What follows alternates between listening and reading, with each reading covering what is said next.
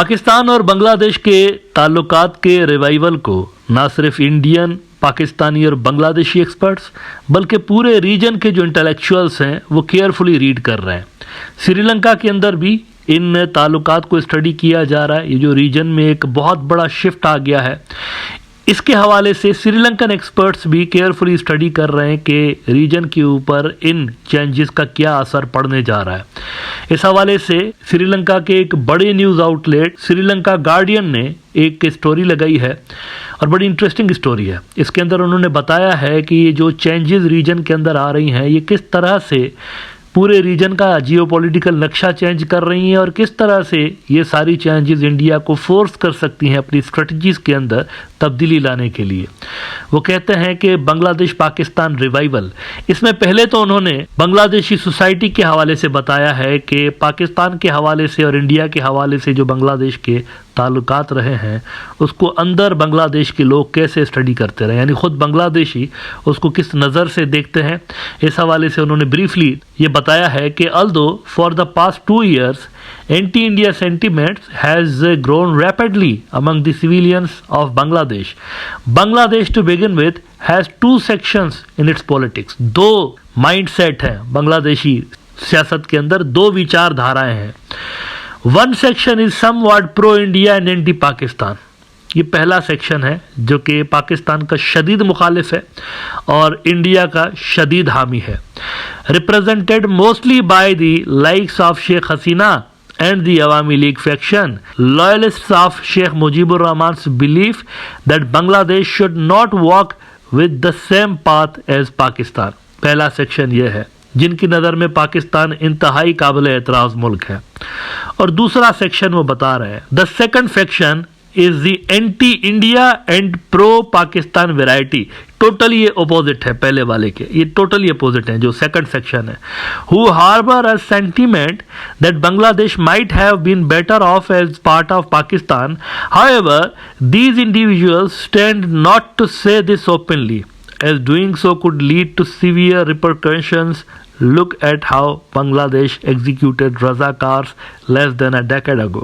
Thus, they often portray themselves as just anti-India. Critics of this relationship with Pakistan focus on historical grievances, especially Pakistan's refusal to formally apologize for the 1971 war atrocities.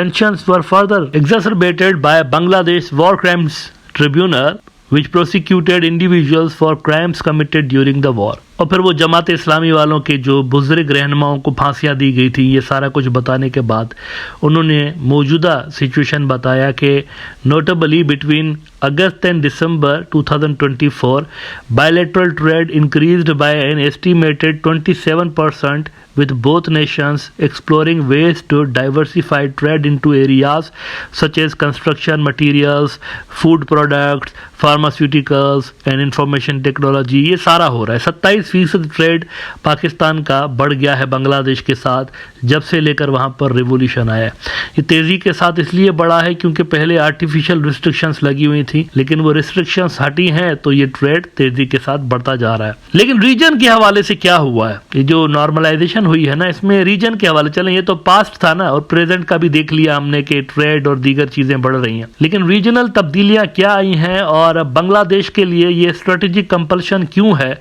कि वो पाकिस्तान के साथ ताल्लुकात बेहतर करे, इस हवाले से ज़रा आप इसी रिपोर्ट का ये हिस्सा देखिए कि further more चाइना's role as a strategic partner to both Pakistan and Bangladesh adds another layer of complexity as Beijing's involvement in arms transfer and infrastructure development could strengthen this trilateral axis. ये वो strategic compulsion है कि बांग्लादेश का सबसे बड़ा trade, investment और military partner जो है वो पाकिस्तान का भी सबसे बड़ा ट्रेड, इन्वेस्टमेंट और मिलिट्री पार्टनर है। सिर्फ ट्रेड इन्वेस्टमेंट नहीं, चाइना पाकिस्तान के लिए एक इररिप्लेसेबल कंट्री है, यानी ये एक ऐसा फैक्टर है जिसको रिप्लेस नहीं किया जा सकता। और शायद एशिया के अंदर चाइनीज़ भी ये बात जानते हैं कि इंडिया को काउंटर करने के लिए पाकिस्तान उनका सबसे रिलायबल पार्टनर है। इसी हवाले से हम देखते रहते हैं कि चाइना की तरफ से ऐसी डिफेंस टेक्नोलॉजी पाकिस्तान को ट्रांसफ़र की जाती रही है जो कि वो खुद इस्तेमाल कर रहे होते हैं सिर्फ, यानी उन्होंने किसी और मुल्क को वो टेक्नोलॉजी दी ही नहीं जो कि पाकिस्तान को दे रहे होते हैं। एक तो J-10C फाइटर जेट के बारे में आपने सुना होगा, स्टेल्थ इनका फाइटर जेट है जो कि बांग्लादेश भी लेने की कोशिश कर रहा है। बड़ा ही ज़बरदस्त फाइटर जेट है, ये किसी और मुल्क को उन्होंने नहीं दिया था, पाकिस्तान को दिया था और ख़ुद इस्तेमाल करते थे सिर्फ।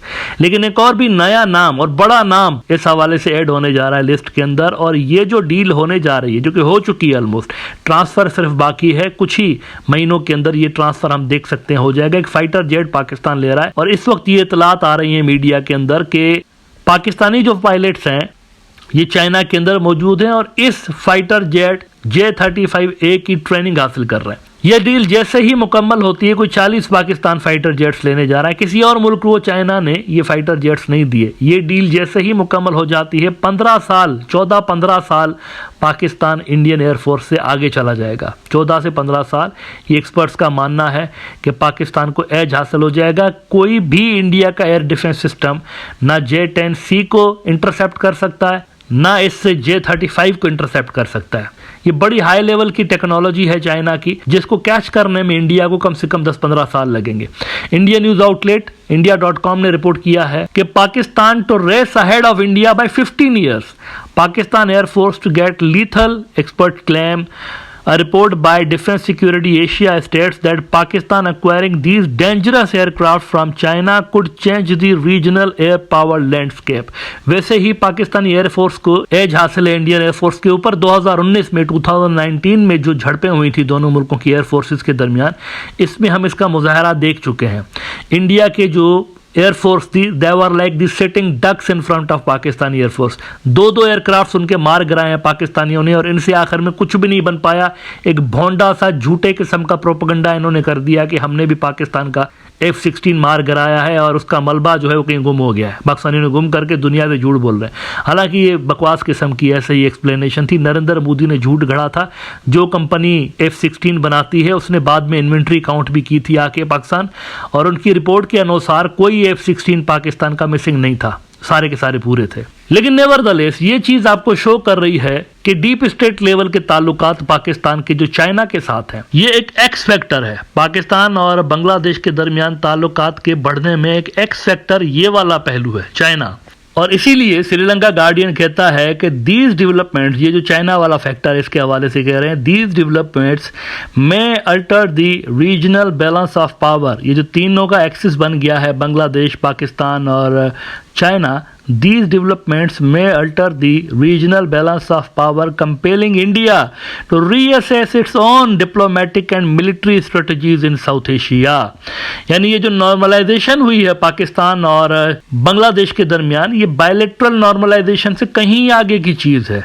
इस नॉर्मलाइजेशन ने असल में श्रीलंकन एक्सपर्ट्स कह रहे हैं कि रीजनल पावर डायनामिक्स को अल्टर किया है, तब्दील किया है, और इंडिया को ये चीज़ फोर्स कर सकती है दोबारा से अपनी स्ट्रेटजीज डिज़ाइन करने के हवाले से, रीजन के हवाले से दोबारा से फिर से अपनी जो स्ट्रेटजीज है उसमें से कुछ तब्दीलियाँ लाने के लिए ये तमाम चीज़ें इंडिया को फोर्स कर सकती हैं।